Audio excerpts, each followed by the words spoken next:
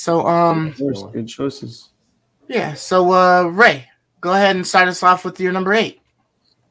Okay, so my 8th favorite game this year was Tales of Arise. Nice. Solid pick. Yeah, this game has a lot of good things going for it. I really liked a lot of things about this game. I enjoyed the combat. I enjoyed the journey. I enjoyed the abilities that you earn on your way. I enjoyed the writing. It was really well written. The dialogue didn't feel childish at all. It felt very, very well written. The art style was absolutely gorgeous, especially for like that anime style. This game was a ton of fun. The only thing that I really can say that frustrated me, there were 2 things that frustrated me. One was the grind. The level grind was like really intense, and that kind of like makes it difficult for me to really make this like an amazing masterpiece level game, because the grind was really intense. And also I didn't think that the boss fights like matched the journey to get to them. So like as you're fighting through enemies and stuff along the way, you feel yourself getting stronger, you're learning how to fight, and then when you get to the boss fights, they just kind of like hammer you like down to the ground, and you just get your ass whooped.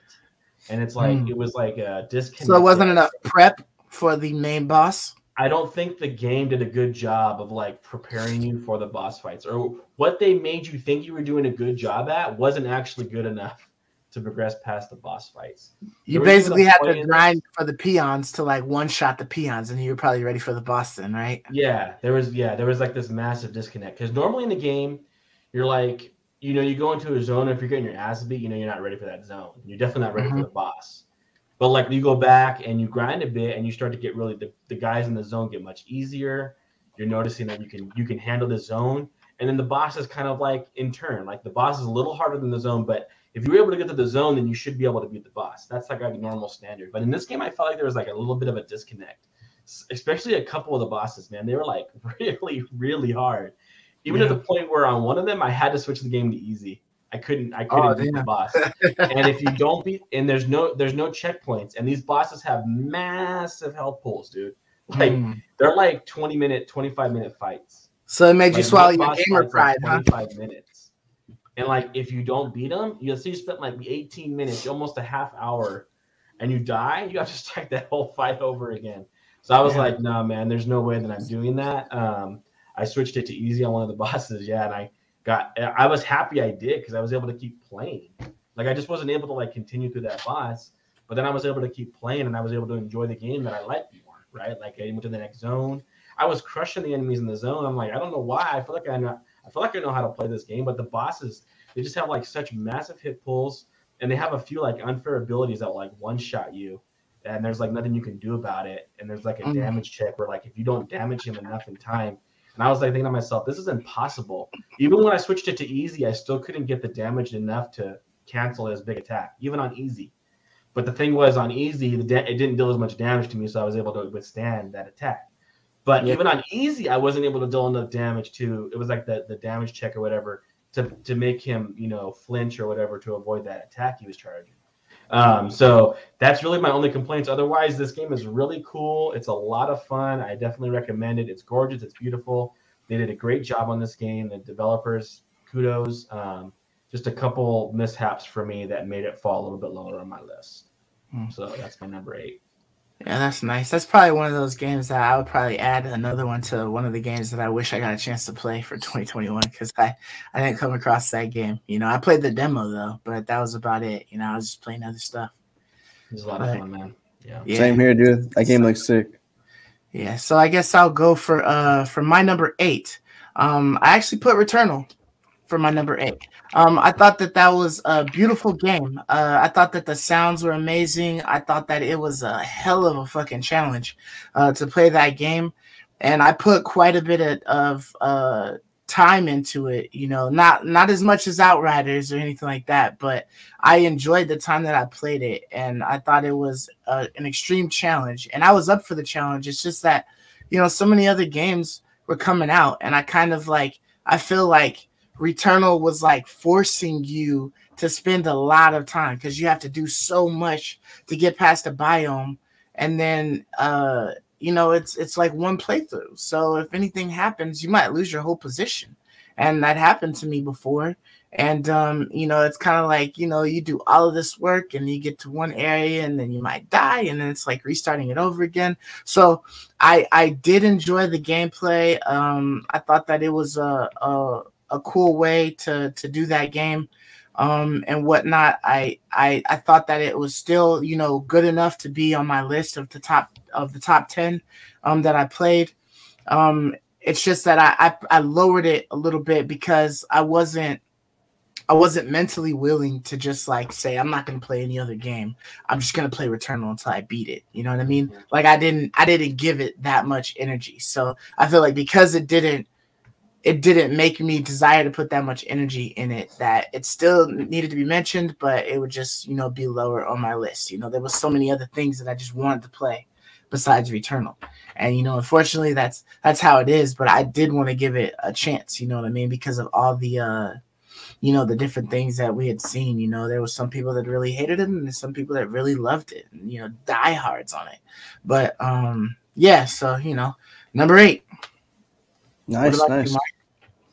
All right. So for my number 8, man, this game was honestly a banger. Should have been higher on my list, but it's Unpacked. And I'll tell you why it's not higher on my list. All right. So first off, this is just a simple little dinky indie game. The reason why I played it is because I looked up how long it took to play the whole game, and you could play in about like 3 to 4 hours.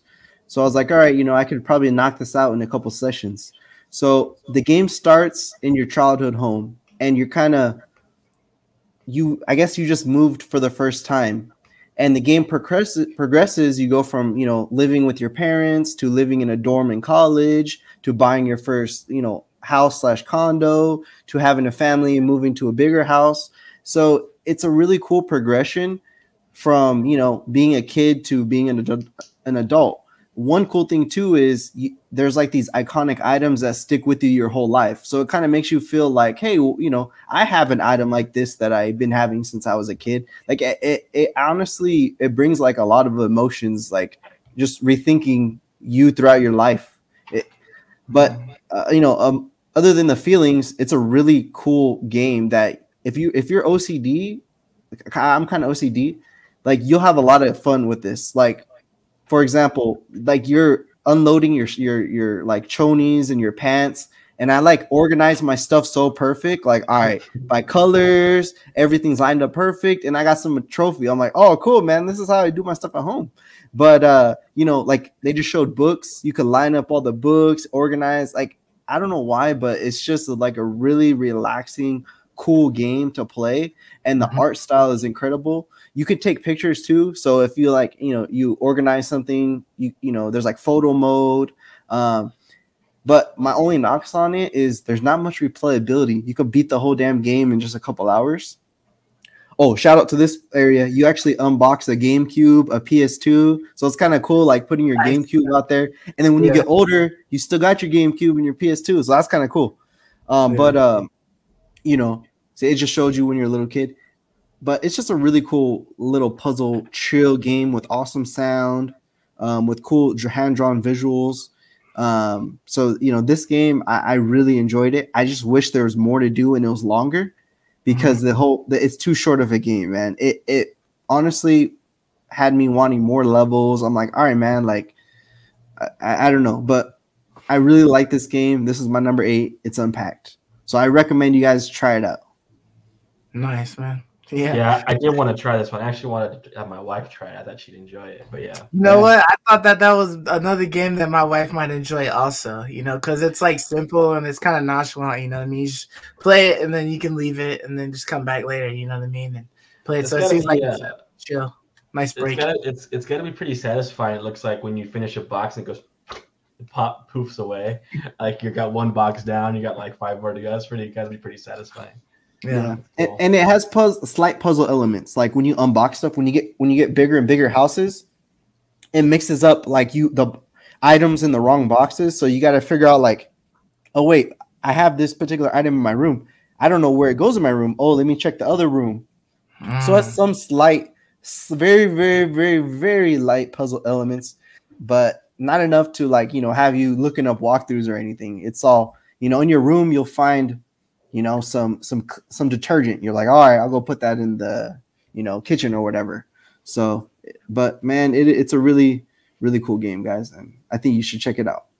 Nice. IGN liked it too. Yeah, for sure. I'll have to give that another go. I love you, me.